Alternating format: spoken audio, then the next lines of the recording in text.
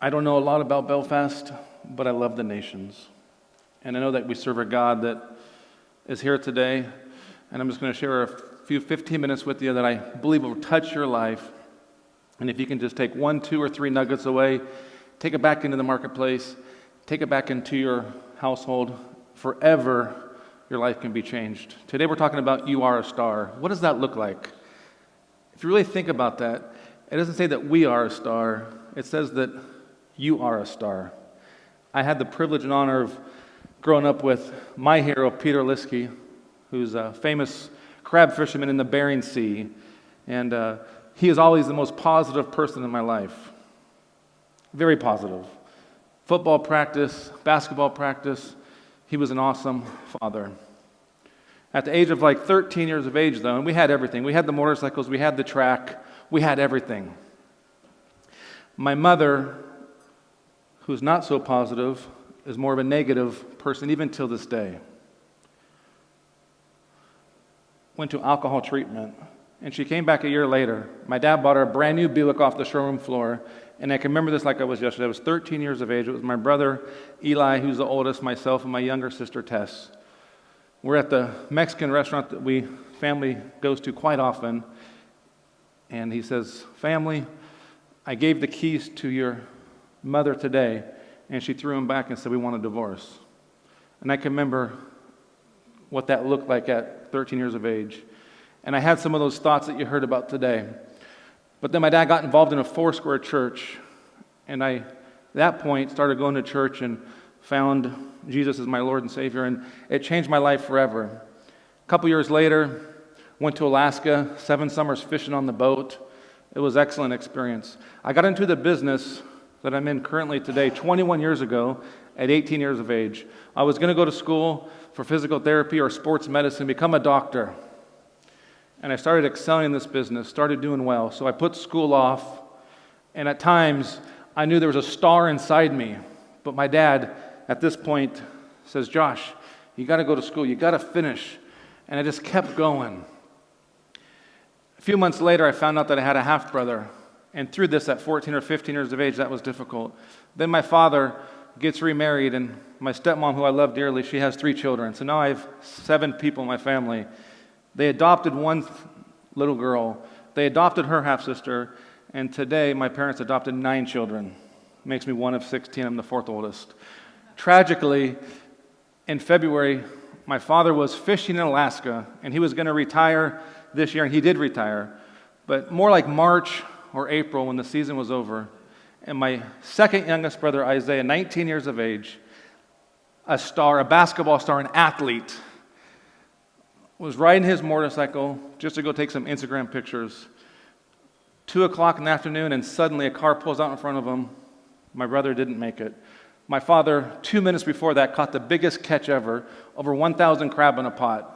37 years of fishing, it was the biggest catch he's ever had. My younger brother, Isaiah, would have loved that. What does this mean to you? Maybe you've been hurt.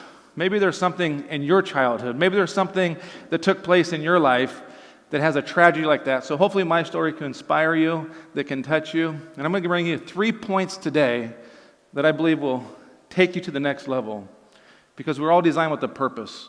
And so let me jump right into that. And as I get started, I just want to honor Jack. Let's give Jack a big hand clap.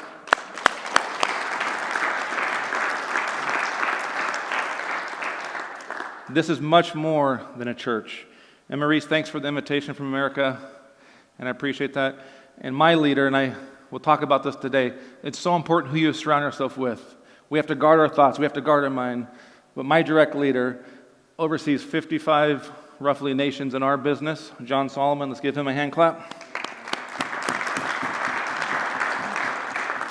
And he's a global man. He could live anywhere in the world, but he chooses to raise his 4 boys here in Belfast, and successful business, both him and his wife. And so it's an honor to have John with us today. Well, let's get into this. I love this place. I didn't know Jack, but I can tell you this. We had over 50 friends on Facebook when we met. And we met just a few months ago, back in October. And we came here and we prayed over this building. We walked around this church 7 times. We prayed for you, not even know who you were. How this all started, like I said, I got into the business of direct sales at 18 years of age. I worked my way up to a branch manager in about 3.5 years. And then 9 years later, I became a direct distributor. And I had a vision. So key number one today is vision. I knew one thing. I was in California, USA, and I wanted to go to Seattle, where I was really born and raised. And I wanted to go to Seattle and become a Golden Circle level, which is the highest level, and get married and have children.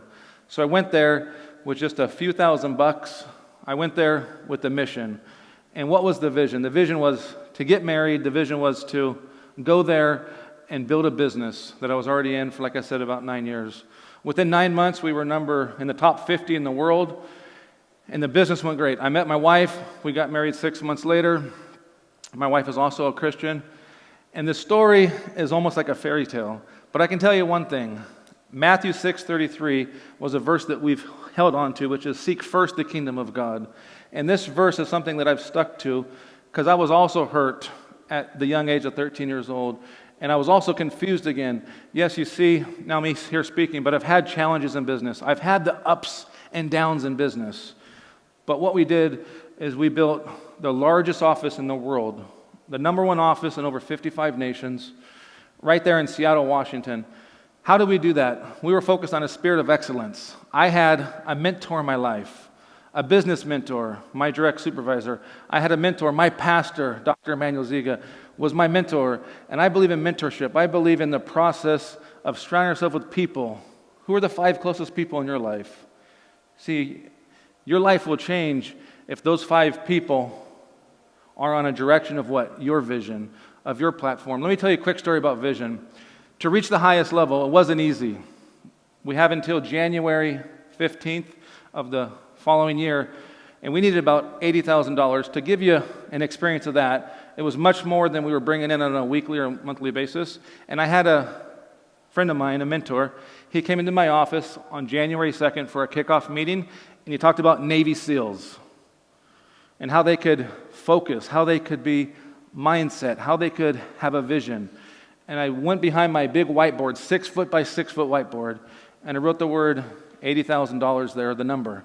And I went around and I did everything that we could do to reach that, which is what? Positive attitude, show up early, do all the things.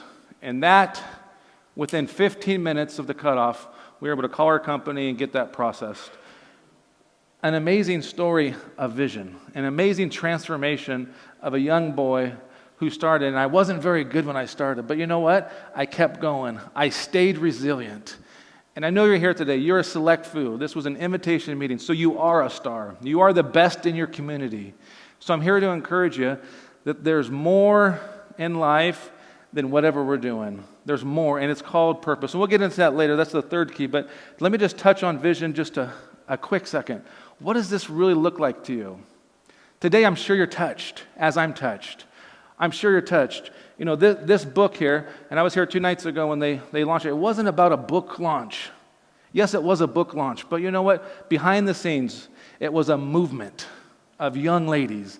It was a movement. I know what it looks like. My sister, 15 years old, and I rescued her out of a drug house. And if I didn't go there, she'd probably be dead today. Today she has 3 beautiful children. Her husband's a award singer in America, just got a huge contract in Nashville. But this is what? About the purpose. This is about the vision. So I encourage you here, take some time, have some goals. One thing we teach principals, recently had the opportunity to go to Australia and become a regional manager there, and we're one of the fastest growing divisions in our company. Why are we doing that? We're focused on what? A spirit of excellence. See, my goal was never to be number one in the world, but I had mentors speaking into my life that said what? Josh, you can do it. Josh, focus on the details. Focus on the little things that make a big difference. And I remember getting the call from our president of our company, along with my supervisor. It was a 3-way call about April 5th. And they said, Josh, congratulations. You're number one in the world for the first quarter, because they rate it per quarter. I was blown away. It wasn't about being number one for me. I was in my lane. I was focused. Raising my beautiful family, my wife and our 3 children. We're involved in our church. We're foster parents because we're living much more than what? Just building a business. It's much more, in Pastor Jack's book, than just what? Having a community center. It's about leadership. It's about having a vision. So one thing we also teach in our company is the 3% Club. And I'd ask you, who here wants to be in the 3% Club? Everybody would raise their hand. Harvard did a study in 1979. 84% of the graduating students in America, Harvard, which of course is like Oxford, did not have any written goals. 84%. 13% had goals but weren't written. They made and achieved twice as much 10 years later. To be in the 3% club, all it takes is goals written down. So on a weekly basis in my business, we would do weekly goals in department. On the first of the month, we would do monthly goals. In my division, we're doing division goals. And you have to be resilient as a leader to make sure those are getting done, because I understand the power of the pen. When you put it on, if you can ink it, you can achieve it. So when you put that on paper, when that's possible, the sky's the limit. It's about a spirit of excellence. Key number 2 is attitude.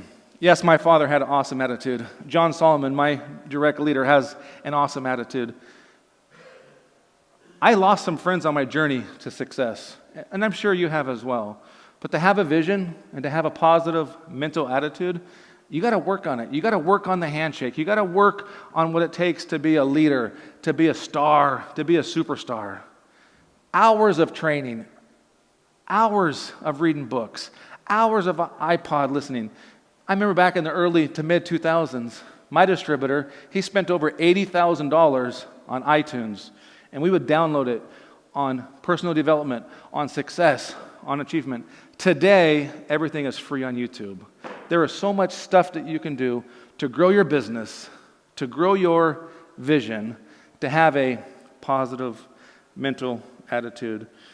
Coaches, who's your coach? Tiger Woods, he's a pretty good golfer, yeah? He had many coaches. He had a swing coach, strength coach. Doesn't mean that they were better golfers, but they could see something that he couldn't see.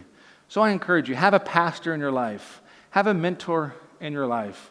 Have someone in your life that's speaking positive into your life. And there are sometimes you have to make a hard decision. I've lost some good friends on the journey to success, but at the end of the day, we serve a good God. We serve a faithful God. My biggest cheerleader is my wife. Can't change that, right? My wife. She's amazing. Her name is Gina. She's phenomenal. She's a leader. She's a winner. She's a prayer warrior. She's standing here. Yesterday was Thanksgiving in America. She says, Josh, go. Go to Belfast. Spend time. Invest in those people. I'll take care of the 3 children. I got this. And so we're here to say that we're thankful to be here. So once again, Jack, we thank you so much for this opportunity. And I think we should give Jack another big hand clap. As you're building your stardom, what is this? Atmosphere is everything. Why do we build a successful business? Because we focused on atmosphere. You got to cut the cancer out. What's the cancer? The negative person. One rotten apple will spoil what? The whole barrel. So it's important that you focus on the atmosphere. It's important that you focus on the 5 closest people to you, because there's much, much more inside you to become the star that God has called you to be. Yes, we all have a profession. Many of us maybe for 20, 30 years. I'm sure John's over 30 years. For me, it's 21 years in the same industry. But I'm here on my free will to what? Share, to give back, because it's about a purpose. And number 3 is purpose. I'm here today, and hopefully this can touch your heart. What is your purpose in life? Let me ask that one more time. What is your purpose in life? There's many people that don't find their purpose ever. There are some people that find their purpose in 70s and 60s years of age. I'm thankful, 8 years ago I was on an airplane and I had a dream and a vision, vivid, to have a children's camp in Costa Rica. It's not come to fruition yet, but we're believing it's going to come, where we're going to have children camp, just kind of like what Pastor Jack's doing. And I didn't know Pastor Jack, but guess what? God knew my vision. God knew my heart for the children. And to think about this, 5,000 miles away, where he brought me here to share 15 minutes with you, because you are a star and there's a purpose for you. Let me tell you a couple stories about having a good mentor in your life. I wrote a book recently, and the uniqueness of this book, 86% of the population wants to write a book. See, there's a book inside of you. That's the star we're talking about today. That's the purpose today. 86% of people want to write a book. Busy schedule, involved in the ministry, involved building my business. How am I going to do this? I can tell you this. Around the right people, around the right coaching, this book took me 2 days to write. That right there is from a coach of mine that we invested some money with to personally coach us. And he gave us the idea that you could record it, words. And so we went to a studio, and it took us 2 days. And of course, the process was longer, but 2 days to write a book. See, that's the shortcut of having a coach. That's the shortcut of having a purpose. And there's one book I want to talk about, which is the best book, which is the Bible. This right here is the guide. This right here, you'll find your purpose in this. Open this up. You'll find your purpose in this. I'm not here to preach to you, but I'm here to tell you that by standing and listening and spending some quiet time and understanding that almost every major decision I've made in my life has been at an event like this. Maybe it's a rally, but it's important to understand it's called a pattern of interruption. There could be something today that you've been wanting since you were a little boy, a little girl. And I'm here to tell you that God can do it, because we serve a God of speed, a God of turnaround. So I'm so encouraged to be here to touch on this. Philanthropy, what does that look like? We can't take our money to heaven. I'm not here to raise money for Jack, but my wife and I have desires to give away airplanes, because there's something about giving. I've been able to build a big business because what? I've been able to give. My father's been able to have a great commercial fishing legacy. He's promoted more skippers, which is captains, than anybody else in the history of the Bering Sea, because of love, because he cares about people. Doesn't matter what industry you're in, we're all in the people business. We're all in the people business. We heard the stories today, and I hope that you're inspired. I hope that you're touched, and I really hope that you find your purpose. So let me just recap the 3 points. Point number 1 is vision. Have a vision. Sit down with a piece of paper. Spend some time with your wife. Take 2 days out of your schedule. Go on a weekend retreat. Close your eyes and see what God will download to you. He'll give you a purpose. Maybe it's that camp that you want to build, just like it's for me. Maybe it's the school that you've always desired to be involved in, but there's more there. Number 2 is attitude. When you have a positive attitude, you don't really see the objections. You don't really see the difficulties. Is there difficulties in business? Yes. Everyone in this room, you're the top 3%. You're the leaders in your industry, so you know what it's like to overcome. But really, I want to touch on the last one, which is number 3, which is purpose. Go out there, have a purpose, find your purpose, and let God do what God does best. And He's in the business of the supernatural. Thank you so much, Jack.